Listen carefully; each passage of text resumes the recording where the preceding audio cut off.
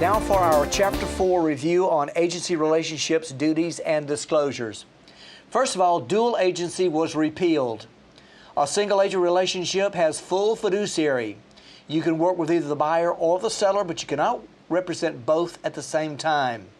And there's a disclosure that's going to be required. You have to disclose your relationship either prior to showing or prior to entering into a contract. In a transaction brokerage relationship, you have limited obligations. You can work with both the buyer and the seller at the same time, but you can't take sides.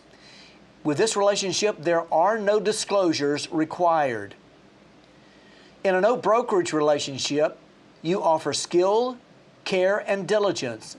It has minimum obligations, and the disclosure is prior to showing property. If you decide to transition from a single agent relationship to a transaction brokerage, you can do that, but that transitioning form has to be signed by your client.